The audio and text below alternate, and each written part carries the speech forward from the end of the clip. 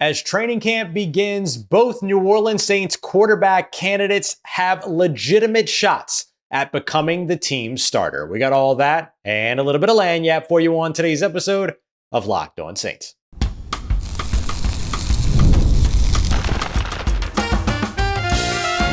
You are Locked On Saints, your daily New Orleans Saints podcast. Part of the Locked On Podcast Network, your team every day.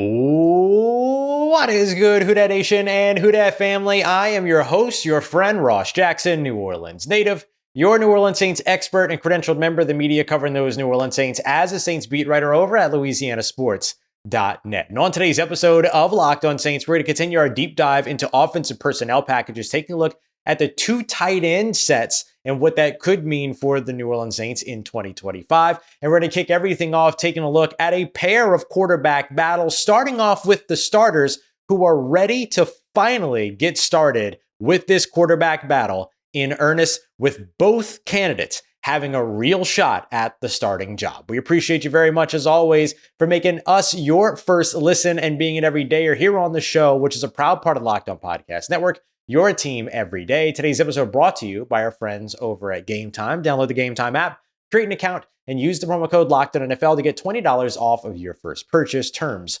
apply. This quarterback battle begins officially in earnest, completely underway as early as next week, when Spencer Rattler and we presume eventually Tyler Shough, who remember is dealing with that second round quarterback conundrum that's impacting second round players all across the NFL. I cannot stress enough that this is not a player being selfish or someone causing trouble or anything like that. This is a precedent situation across the NFL. And so maybe Tyler Shough begins a little bit after training camp starts. We'll see how things go.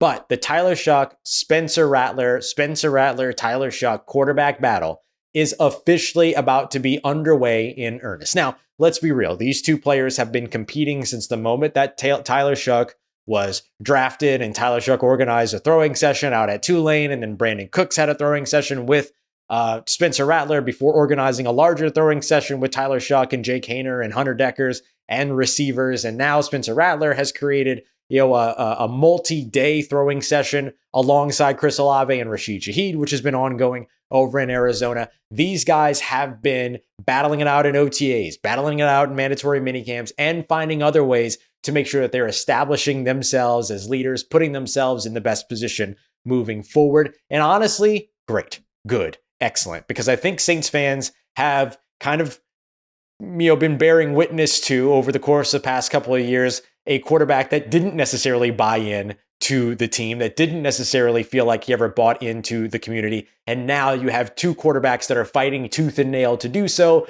Excellent. Really, really good stuff for both of these guys, who are both supremely talented and who are both about to walk into this quarterback competition beginning on July 23rd, as training camp officially begins that day.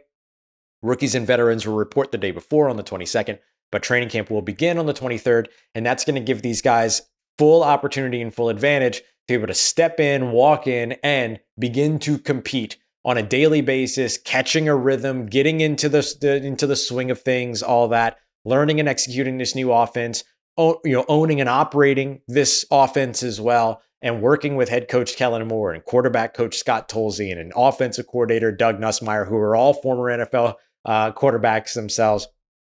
It's a really good situation for both of these young passers that are both working to become this team's franchise quarterback. Like, let's not forget what the goal is here. Everybody's operating for the same team, and that they're all operating for trying to lead this team to victory and to success. So if you're somebody that's a huge Tyler Shough fan, you're somebody that's a Spencer Rattler fan, all together you're rooting for the Saints. Whoever ends up winning this one wins this one. And that's the way that it should be. One of these players needs to win it, however, as opposed to one of the players losing it. I talk about that all the time, but this is where things will finally truly begin. We'll finally start to see team drills, 11 on 11s, which we did not see during the course of OTAs and mandatory minicamp. This will finally be an opportunity to where we get to see these guys string together multiple weeks of work, as opposed to a little bit of work over the course of a partial part of the week, 3-4 days, and then 3 days of mandatory minicamp, really only 2 days of mandatory minicamp. So rhythm, routine, competition, pads, full speed, no contact still, but all of this stuff, a little bit more physicality. The pressure's dialed up. Fans are in attendance. People are cheering. People are winning. People aren't winning, like whatever it might be. Like all of this really, really gets started in earnest over the course of training camp and probably a little bit through the preseason as well, if we're being real, right? You can do it all in practice if you want to, but if you can't do it on the field under the lights, then you can't do it. And so getting these players out there to be able to give them an opportunity to be able to compete during preseason makes a lot of sense. I wouldn't be surprised to see Spencer Rattler get the start the first preseason game up against the Chargers in the first half, and Tyler Shough play the second half. And then Tyler Shough gets to start week 2 with Spencer Rattler getting the second half week 2. That is a fair way to go when it comes to the preseason, unless somehow or another the decision is already made by that point. And that could be a good thing. If somebody has just blown everybody away by then great, that's fine. Like then you might just crown that winner and then move on to figure out who's going to be your primary backup. And by the way, that becomes the other interesting conversation in all of this, right? There is a lot of opportunity for both of these quarterbacks, Spencer Rattler and Tyler Shough, to be able to win the starting role. But remember, the Saints have 4 quarterbacks on the roster. And so you've also got Jake Haener going into his 3rd year as a New Orleans Saints quarterback and had 1 start last year. And then, of course, also Hunter Deckers, who was brought in as a really impressive undrafted free agent coming out of Iowa Western, Iowa State before that. And so an opportunity for both of those quarterbacks to also compete for a roster spot. Every NFL roster allows you to have an inactive game day quarterback that can still be your emergency quarterback. That player can even come off of your practice squad. And then if you have injuries at your 2 quarterback spots, and that player, that quarterback off your practice squad can be put in an emergency situation. And so who's going to be that quarterback? Is that going to be Jake Haener? Is that going to be Hunter Deckers? Those 2 now effectively end up continuing their opportunity to compete for the 3rd quarterback role. And look, Jake Haener is probably going to get some opportunities early on in training camp to prove that he deserves to be in the conversation as the starter as well. But I assume that conversation, just like everybody kind of assumes that conversation of the starter is really between Spencer Rattler and Tyler Shough. And you have Jake Haener and Hunter Deckers that effectively get to now battle it out for that 3rd quarterback spot. So every quarterback that is going to be participating throughout training camp, whether it's 18 reps a day, or whether it's 3 reps a day, or 4 reps a day, or 2 reps a day, any quarterback that's going to be out there at camp is going to be looking to prove something, is going to be looking to earn something, and is going to be looking to achieve something. And that's awesome, because that's the position where all of this starts, right? It's where it all starts. It's where it all ends in the NFL. And so when you have 4 quarterbacks on your roster, all of them young, all of them hyper competitive, all of them very confident, all of them with a level of maturity as well, there's a real shot that ends up making training camp super exciting, because no matter who's throwing the quarterback, somebody's out to prove something. And that can be a lot of fun to watch. So I'm really excited to see these 4 quarterbacks. I'm really excited to see the quarterback battle at the top. I'm really excited to see the quarterback battle for that 3rd spot as well. I can't wait to see how all of this pans out. And remember, whoever starts week 1 doesn't necessarily mean that they're going to be the starter week 10 or week 18. There's a lot of different pieces to this conversation and a lot of different pieces to the puzzle. But it all begins in earnest next Wednesday as training camp begins. Now, what I want to do is I want to take a little bit of a step back to open up our view, right? We know who's competing and we know who's competing for what, but what are the things that are going to help to set each of these quarterbacks apart from one another? That's what I want to dive into next, what each quarterback needs to prove as training camp gets underway. We'll dive into that next as we continue on with today's episode of Locked On Saints, part of Locked On Podcast Network, your team every day. Today's episode of Locked On Saints is brought to you by friends over at Game Time. Download the Game Time app today so that you can have what you need to be able to go and pick up those last-minute tickets. Maybe it's a spontaneous date night. Maybe it's an event you forgot that was happening that you just happened to remember just in time. Well, when you jump on a Game Time, a lot of times those tickets get more affordable as the start time moves nearer and people are more desperate to sell those tickets, all those other things. You can find all that and also save up to 60% off of those last minute tickets because of the killer deals that Game Time has to offer. You can even see views from your seats and toggle on all-in pricing so that there aren't any fees at checkout to take you by surprise. Effectively, you can take all the guesswork out of the ticket buying process by downloading Game Time today. Download the Game Time app, create an account, and use the promo code LOCKEDONNFL for $20 off of your first purchase. Terms apply. Again, create an account and redeem code LOCKEDONNFL for $20 off. Download Game Time today. Last minute tickets, lowest price guaranteed. All right, family, 4 quarterbacks all battling for something during training camp or as training camp approaches and then going into training camp. What is it that each of these quarterbacks needs to prove?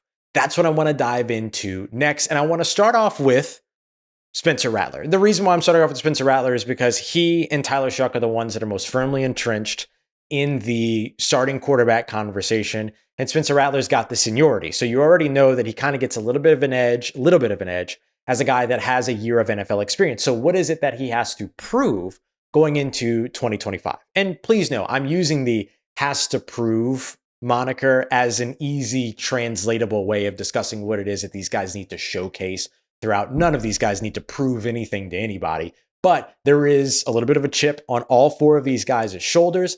And this is the best way for them to showcase that chip that is on those shoulders. So for Spencer Rattler, I think the biggest thing that he's got to show is growth, right? The Saints have seen him during his rookie season when he was, starting for 6 games, lost 6 games, put in at the second half of that Washington Commanders game, stormed the Saints back, nearly won that game, but ultimately came up, the team came up short in that situation. And he was also put into those situations without having really his starting interior offensive line, starting wide receivers, anything like that. For instance, Spencer Rattler had Chris Olave and Rashid Shaheed for 2 games and had Rashid Shaheed for only 1 of those 2 games, right? Both players were available in week 6. Only one was available in week 8. And those are the only times that Spencer Rattler got an opportunity to throw to either of his starting wide receivers. Now he's in Arizona,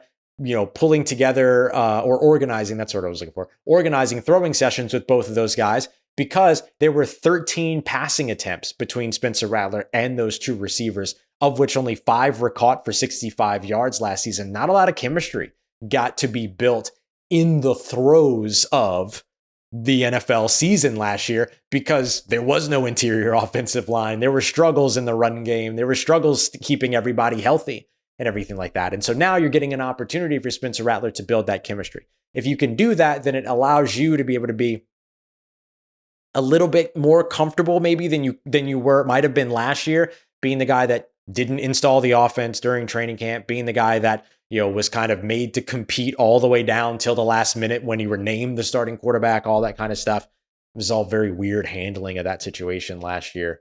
And so now you get to kind of push all that aside, establish your chemistry, and then show your growth. And we've already seen some growth, right? Getting the ball out quicker, making reads, moving through the progressions of the offense a lot faster, all those other things. Like those are all things that Spencer Rattler wanted to work on this offseason. And you can see the mental side of the game coming a little bit more easily now that he is not easily, but coming a little bit more cleanly, maybe coming a little bit more quickly because he's seen it, right? In full swing and full action. Now during training camp, he'll finally get the opportunity to have an offensive line in front of him and the benefit of a defensive line rushing him so he can get used to that as well, which I think will be helpful. So as long as he shows growth in that situation, then I think that that's going to be the thing that he needs to showcase or prove, quote unquote, going through training camp this year. For Tyler Shough, who comes in as a rookie, the biggest thing is going to be show that you can handle the pressure. And I mean that in 2 ways. That's twofold, right? Handling the pressure of being an NFL quarterback. That's an adjustment for any rookie quarterback coming into the league. You got to be able to show that you can handle what that pressure is. And the maturity, the way that he's already handled his interviews, the way that he's already conducted himself, the leadership role that he's already taken in terms of organizing throwing sessions and going out there and doing all those other things, just like Rattler has done as well. Like that is something that I think gives a little bit of a boost, gives a little bit of a nod to where it is that Tyler Shough already is in terms of handling that pressure. The other thing is going to be proving that you can quite literally handle the pressure of the defensive line, right? You got the opportunity to do 9-on-7s and 7-on-7s all throughout training camp, all throughout OTAs and minicamp. Now, as you go into training camp and you get those 11-on-11s, and there's a semblance of a pass rush there, which is still not going to be hitting you, which is still not going to put you in a situation to where you are going to be, ransacked in the backfield or hit or anything like that, right? You're still in no contact jersey. There's still no contact going on, all those other things. But getting used to that feeling of being under pressure, knowing that clock, all those other pieces, and seeing how quickly this pass rush can get after you, especially with how aggressive Brandon Staley's defense is going to be in 2025. I think if you can prove that you can handle that as a quarterback, that's going to take you very, very far in terms of your conversation, because that's going to be the biggest thing for any rookie quarterback. Handling pressure, handling the speed of the game. If Tyler Shough can show that he can do both of those, that showcases him the right way. Yeah, you got to make the passes. Yeah, you got to get the ball out quickly. Yeah, you got to make the right decisions. Yeah, you got to get, good with your ball placement, all those other things, or show that you're good with your ball placement, all those things. But for both of those quarterbacks, I think Spencer Rattler and Tyler Shough have uniquely specific things that they can showcase as well in the process to help for their argument to become this team's starting quarterback. Let's look at Jake Haener next, right? 3 years in the NFL now. One offense his first year, a second offense his second year, a third offense his third year. So I think one of the biggest things that Jake Haener can do is prove that he can continue to learn all these offenses and learn how to operate and learn how to be successful in all these offenses. If he can do that with a comfort level that is, hard to miss, and if he can do that with the same comfort level that he felt like he had during that Clint Kubiak offense when it was training camp and they were installing and everything like that, like Jake Haener looked great. Like he was awesome in like the 2-minute drills and all those other things. Show that you can still do that. Show that you can call and run and orchestrate this offense as well. I think it's going to be the biggest thing. Again, I don't see Jake Haener as being in contention for the starting role, but I absolutely see him being in contention as one of the primary guys behind those two, right? As the primary guy behind those two, as somebody that can go into a game as an emergency quarterback or compete to become the backup quarterback or whatever. Like that's a role where I can see Jake Haener. And so the more knowledge that he shows, the higher football IQ that he continues to develop and show off and showcase, I think all of that helps him out quite a bit going into this third season here as a New Orleans Saints backup more than likely. And speaking of that, by the way, Hunter Dekkers, who comes in as an undrafted free agent, the left-handed spinner out there, already being somebody that's impressed when he was out there for rookie minicamp as a tryout guy, got signed, impressed during OTAs, and then got a little bit more opportunity as he continued to go through mandatory minicamp and stuff like that. Not a lot of throws went his way, but him getting those opportunities, massive. And again, guy with the chip on his shoulder, right? Guy who was expelled or whatever by the NCAA, went to the JUCO level, marched his team to the championship of that level, lost in the championship game, but still got them there and looked excellent and just ate everybody up at that level. I mean, him being able to carry that in, like that's going to put a chip on his shoulder. That's going to put him in a situation too, to where he can also look back at what it was that got him in trouble in the first place as a part of that underage gambling thing that was going on at Iowa State. He gets to look back at that and say, okay, I learned from that. I've matured from that, all those other things, and now move into this situation. So I think the biggest thing that you want to see from him is just a level of comfort that allows him to be able to go out there, forget all that stuff, forget all that noise, now go out there and do what it is that you do. And he's a talented passer. He's a talented quarterback. He's an athletic quarterback, and he's an athletic passer as well. And so the biggest thing for Hunter Dekkers, I think, is just showing that you belong. And I think he does belong. And I think he's going to compete for that backup quarterback, that third quarterback role. And I think that's the way he's going to do it. Show that you belong. I'm excited for Hunter Dekkers. I'm very excited to see him here in 2025's training camp. All right, coming up next, I want to shift focus from the quarterbacks back to the offense as a whole. And I want to explain why you're going to see likely more 12 personnel, 2 tight end sets for the New Orleans Saints this year, and why that's probably a good thing. We got that coming up for you next as we continue on with today's episode of Locked On Saints, part of Locked On Podcast Network, your team every day.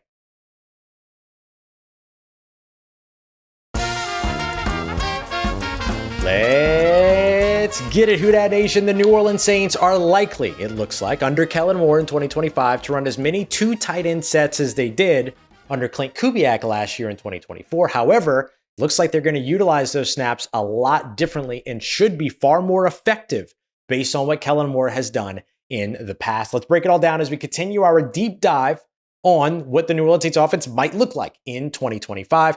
Continuing on with our look at personnel groupings. So remember, personnel groupings is the kind of tracking that we use for skill position players that are on the field for any individual snap. So in this case, we're using the 2-digit numbers. This time we're going into 12 personnel. We broke down 11 personnel yesterday if you want to check that out. 12 personnel, 1 running back, 2 tight ends, 1, 2, put them together, you get 12. That's 12 personnel. So we'll either say 12 personnel or 2 tight end sets. Technically, 2 tight end sets could also mean 22 personnel or 32 personnel, where you got 3 running backs and 2 tight ends if you want to get crazy. But the wave around the NFL is 12 personnel. So just know that that's what we're talking about. 1 running back, 2 tight ends. I'll either say 12 personnel or 2 tight end sets as we go through here. So looking at this personnel grouping from last year between the Saints and the Eagles, they were very close to one another, ran it at almost the exact same rate. The Saints were number 7 in the NFL. The Eagles were number 8 in the NFL. They were literally right next to one another. Saints, 30.3% of their snaps came out of 2 tight end sets. The Eagles, 29.9% were out of 12 personnel. So what we should expect here is that even with Kellen Moore, that the Saints will run these 12 personnel looks about as frequently, if this trend continues, as we have seen them that we saw them run last year. Now, the other thing that tells us this story is Kellen Moore's career.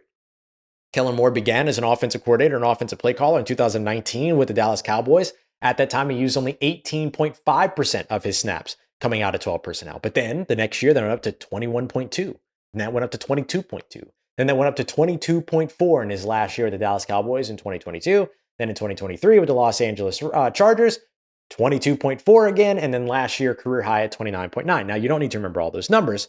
But what you need to know is that 2024 was higher than 2023, which was the same as 2022, higher than 2021, 2020, 2019. We get what I'm saying here? And the reason why that's important is because we spent so much time kind of criticizing this New Orleans Saints offense for being a little bit, out of date, right? A little bit dated in terms of how it is that they approach the game.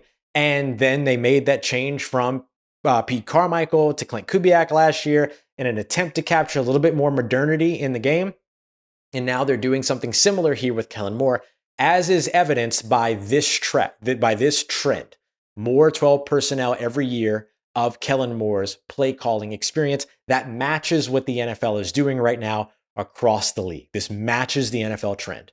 What happened was that tight ends or lesser tight end usage because of 11 personnel, the 3 wide receiver sets that have become so dominant over the course of the last 15, 20, 10, 15 years, that those forced opposing defenses to get lighter. And so now, because the defenses are lighter, the offenses are getting bulkier and heavier, and they're going with 370-pound offensive linemen. They're going with 6'7" interior offensive linemen. They're going with more 2 tight ends, going with more 2 running backs to try to challenge those smaller defenses. This is the cat and mouse game, the chess match of the NFL, which is what I love so much about the league.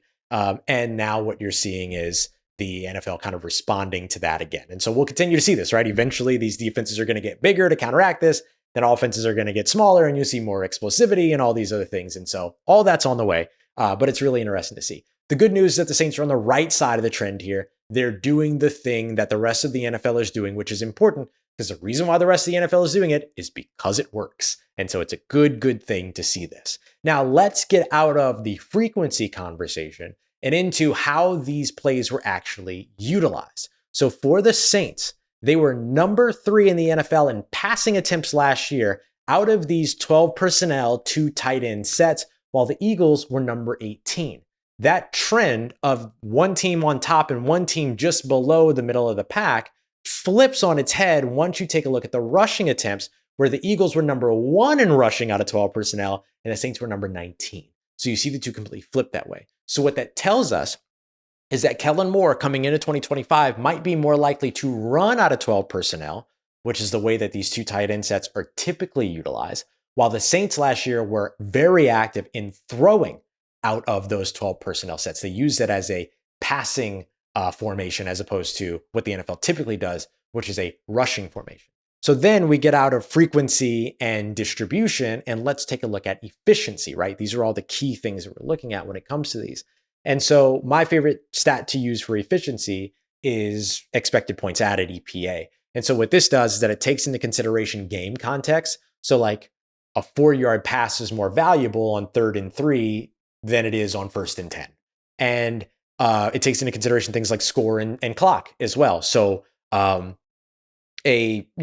passing touchdowns in the last 5 minutes of a game where you're down 30, considerably not as valuable as 2 passing touchdowns in the last 5 minutes of a game where you were originally down 3 and now you've made a comeback to win that game. So it takes all this context into consideration. It's why I like this metric. And so basically what it does is that it sets an average across the NFL, and then teams are either graded in a plus percentage, which is above average, or a negative percentage, which is below the average. The Eagles in this, number 5 in the NFL in total EPA out of 12 personnel. The Saints, number 26.